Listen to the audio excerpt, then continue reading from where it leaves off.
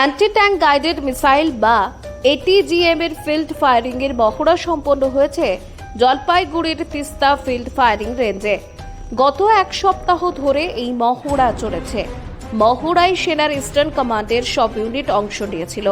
সেখানে তাদের মধ্যেকার সমন্বয় ও যুদ্ধের পারদর্শিতার বিষয়টিও দেখা হয়েছে। প্রতিরক্ষা মন্ত্রক সূত্রের খবর, এই মহড়ার মূল বিষয় ছিল এটিজিএম ব্যবহার করে নির্দিষ্ট লক্ষ্যে নির্ভুল আঘাত হানা। কেন্দ্রীয় সরকার তৃতীয়বার ক্ষমতায় আসার পর থেকে প্রতিরক্ষা বিষয়ে আরও নজর দিয়েছে। সেদিকে নজর দিতেই যুদ্ধক্ষেত্রের পরিস্থিতি তৈরি করে দিন ও রাতের মহড়া চলেছে। এই ফিল্ড ফায়ারিং এর উদ্দেশ্য ভারতীয় সেনাবাহিনীর আধুনিকীকরণের প্রচেষ্টায় আরও জোর দেওয়া।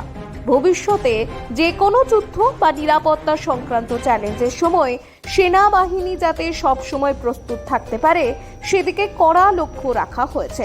সেনাবাহিনীর দক্ষতা, তৎপরতা এবং অভিযানের প্রস্তুতির মান বজায় রাখার জন্য এই মহড়া হয়েছে বলেই সেনা সূত্রের খবর।